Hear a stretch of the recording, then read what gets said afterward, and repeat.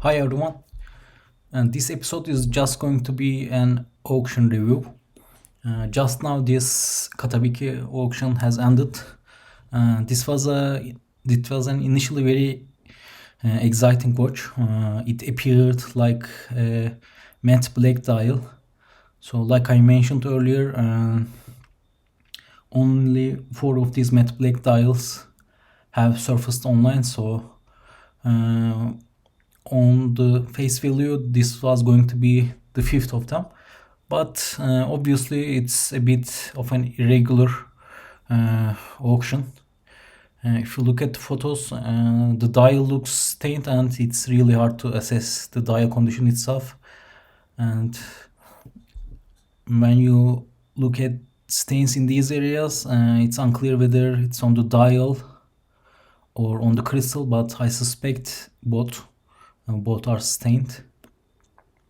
It looks like an original dial, but my theory is that it's a damaged matte black dial, because if you look at the automatic chronometer officially certified section, it's almost like it was peeled and reattached to that place.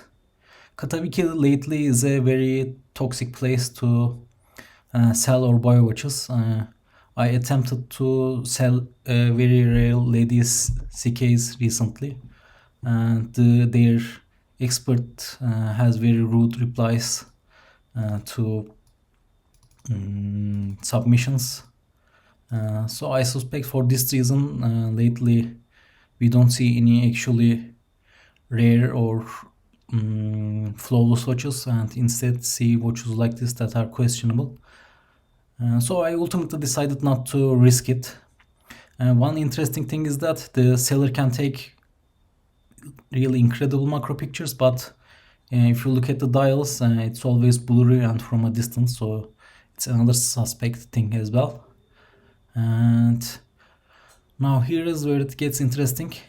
According to the seller, if you look at the translation, the dial is a dark gray sunburst dial. This was peculiar as well, because I have never seen a dark gray sunburst dial.